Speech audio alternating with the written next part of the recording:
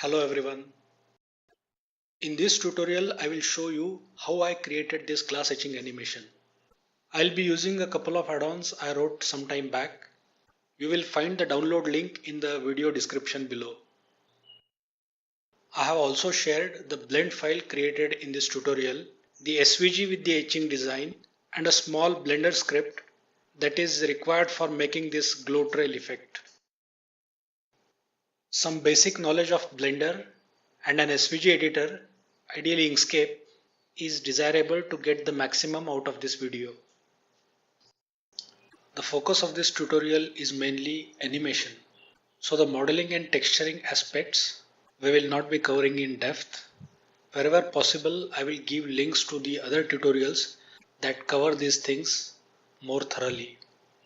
I'm using Blender 2.8 beta, the 22nd February build. We'll switch to the modeling workspace first.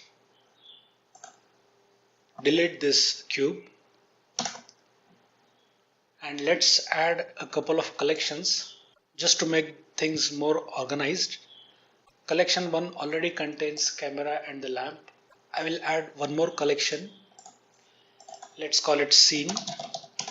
This will contain the static objects which are not directly involved in the animation. Then I'll add one more collection. Let's call it animated objects. This collection will mainly contain the Bezier curves and the writer object. Let's switch to the rendered display and we will change the engine to AV and set up HDRI background. I have given the link in the video description from where you can download the HDRI images. So here in the color drop down, I'll select environment texture and click this folder icon.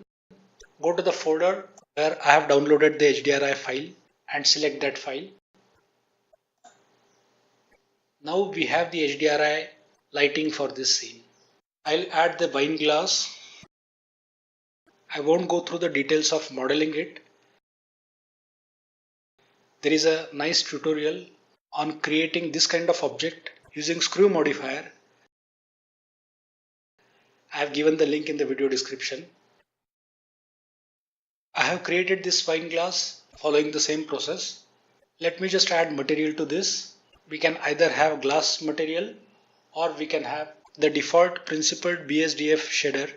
We just need to increase the transmission to 1 to make this glass transparent. Let's also decrease the roughness. So this is the model that we will be using for creating the animation. I'll move this to scene because this is a static object, and let's just hide collection 1 so that the camera and lamp are hidden for now.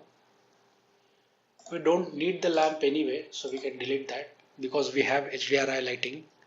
Let's go to front view by pressing 1 on numpad and shift this object to the origin. I have already set the origin of the object to the center point of the base of the glass. So I will just press Shift S and selection to cursor. We already have the cursor at the origin. So now the glass is moved to the origin. Next, we need to prepare the design that will be etched on the glass. That design is basically a set of Bezier curves. We can do that in an SVG editor. I'm using Inkscape for doing it. The easiest way to create such a design is tracing it. We can take any royalty free picture and trace it using Bezier curves in Inkscape. For example, here is an image of swan from Wikipedia. I'll just save this image and import it from Inkscape. We need not worry about the size, we can adjust it later. I'll just add one more layer and reduce the opacity of this image and maybe flip it and start tracing it. I'll trace on the other layer so that we can simply hide the layer with the image to have our final design. Basically, we are using this Draw Bezier Curves tool and tracing the path. There are some tutorials on tracing using Bezier curves, so again I won't be spending much time on this.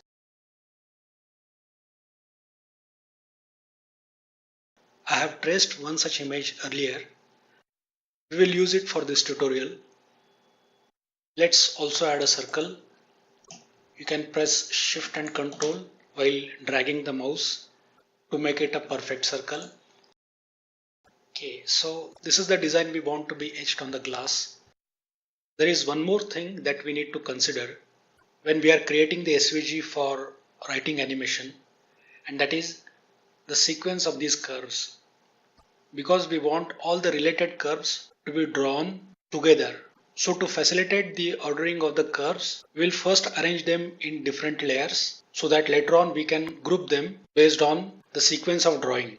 I have combined all the curves in one single path. I'll break them apart first. And then let's add layers. We can name them appropriately. So the circle layer, we'll move this circle to the circle layer. In the same manner, I'll be creating layers for other parts and moving the curves belonging to those parts to the respective layer.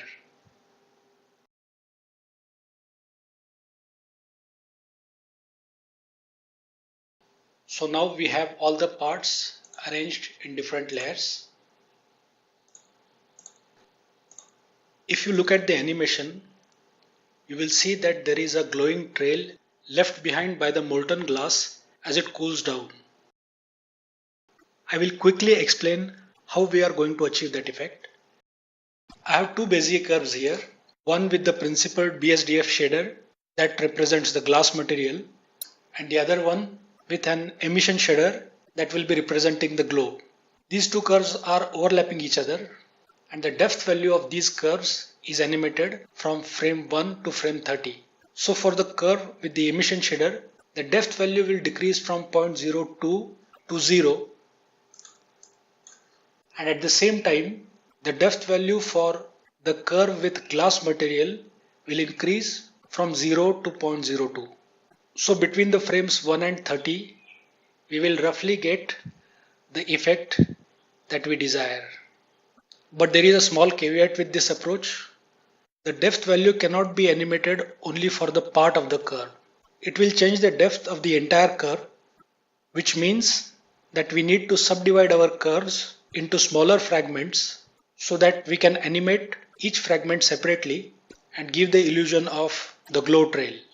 To subdivide the paths, I have created an Inkscape extension. The download path is given in the description. We'll be using that extension. First we need to select all the curves, and then under extensions menu, under modify path, after you install the extension, there will appear another submenu called subdivide path. We will invoke this tool. Let's change this value to 50 pixel and check this option, break apart, and say apply. And now you see the paths are divided into smaller segments,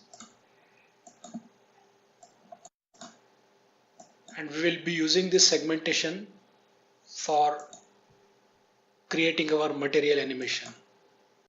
Next, we will arrange these subdivided segments into groups according to the sequence of drawing. So I'll select all the curves from one layer at a time and press Ctrl G to group them. Basically, I am unhiding each group and grouping the curves contained within it. So now we have all the segments arranged in appropriate groups. We can now decide the sequence of drawing of the groups and arrange them in the XML editor accordingly.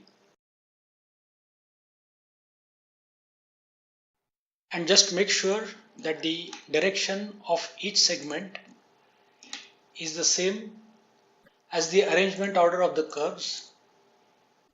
If this is not the case, then you will have to reverse the direction of all the segments. Now before we import the curves into Blender, let's model the beam quickly.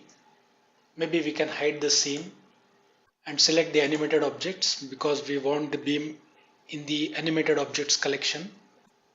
I'll add a cylinder, go to edit mode, unselect all vertices by pressing Alt A, press B for box selection, select the vertices at the bottom, scale them by a factor of 0.01, shift the cursor to the selected vertices, switch back to object mode, then set the origin of the object to the 3D cursor, go to front view, zoom out a little bit, scale this object in Z direction, scale it down on XY by pressing S and Shift Z, and rotate it through the desired angle.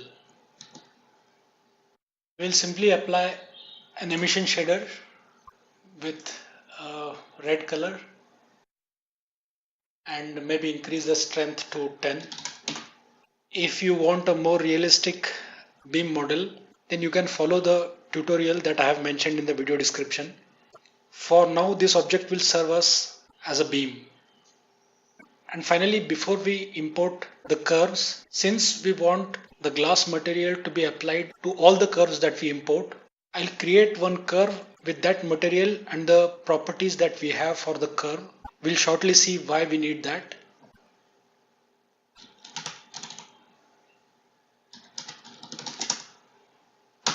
I'll add principled shader to this with the same transmission value that we had for the glass and the same roughness, that is 0. But we'll increase the IR value so that the etched part looks shinier. Let's also set some other properties.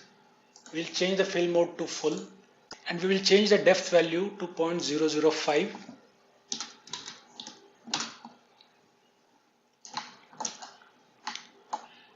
So this curve now has a glass material depth of 0.005, fill mode full, and let's also increase the bevel resolution to the maximum, 32.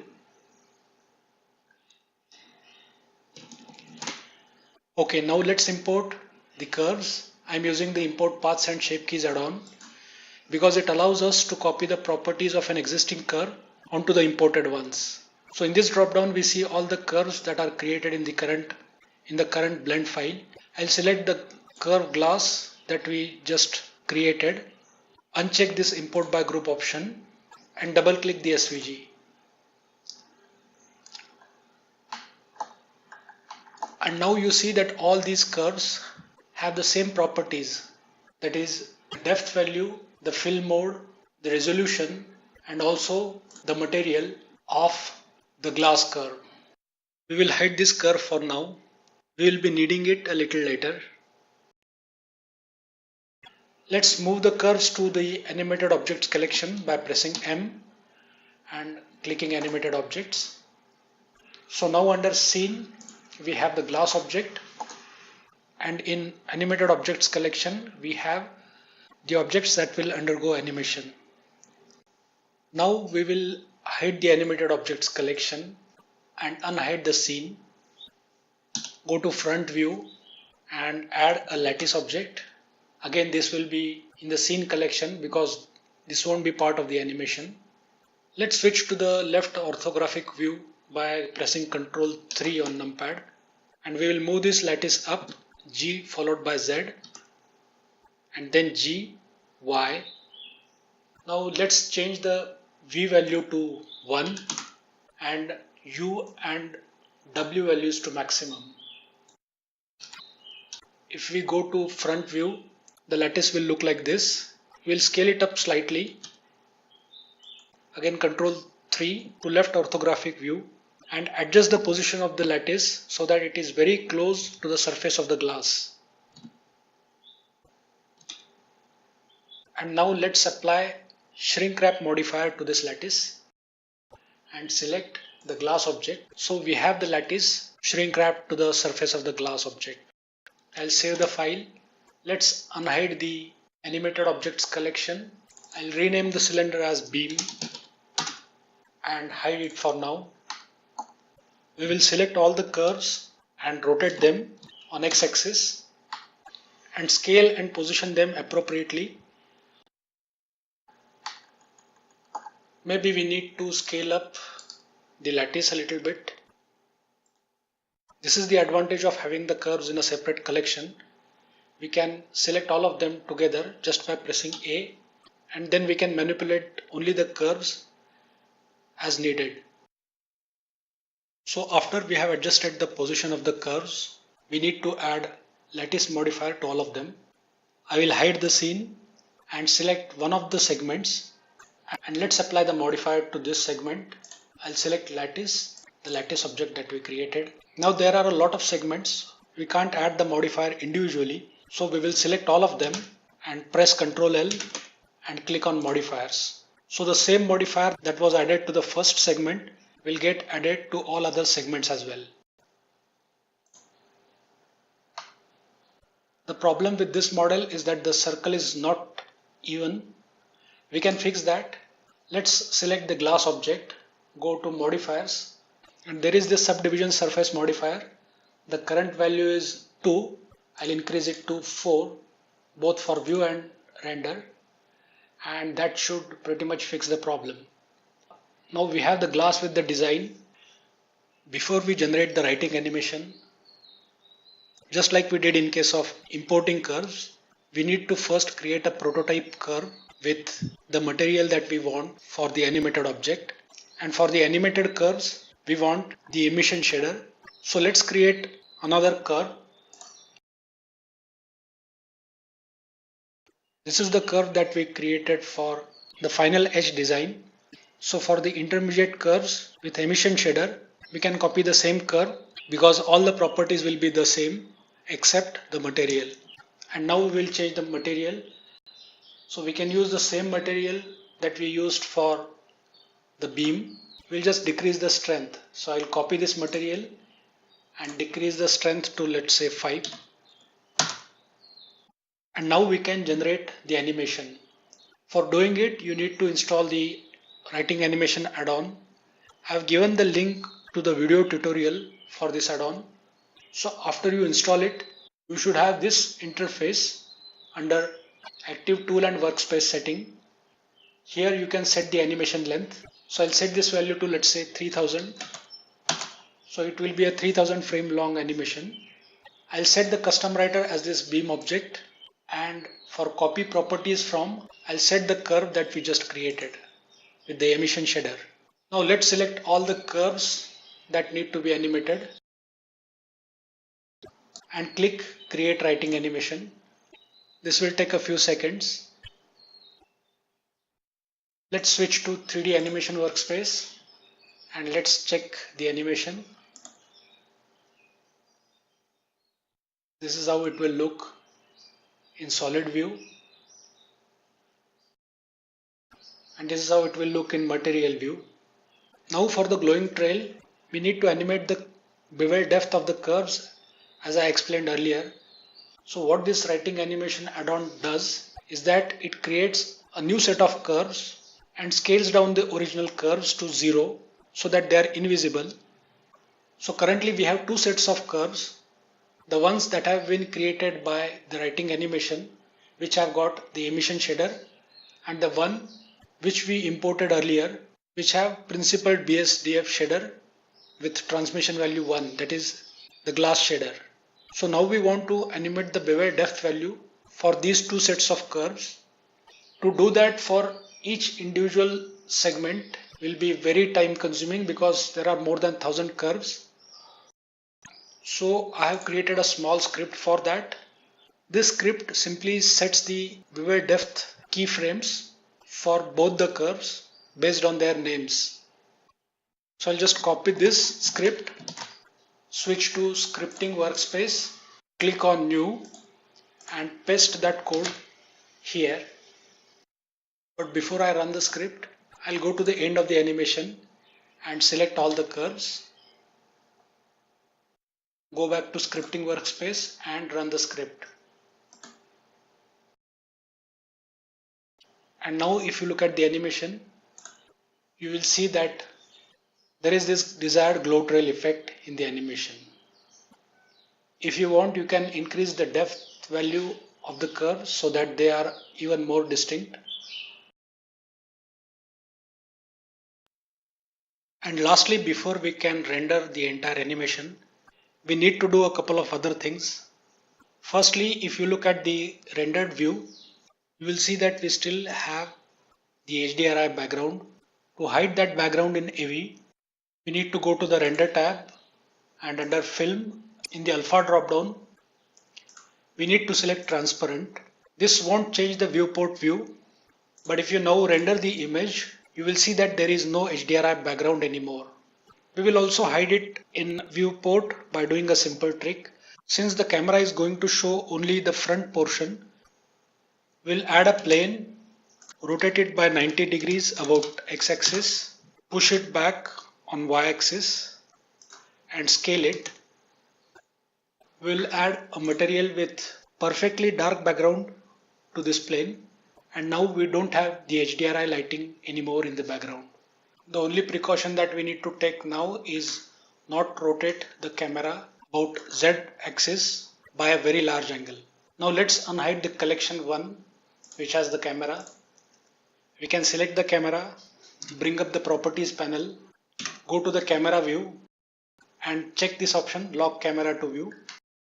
Now we can set the camera angle, and if you want you can add some subtle camera animation also. You may want to add this bloom effect to make the scene sparkle a little more. Then we will set the output directory and render the animation. Thank you very much for watching this tutorial. If you have any comments, queries or suggestions, please leave a comment on this video.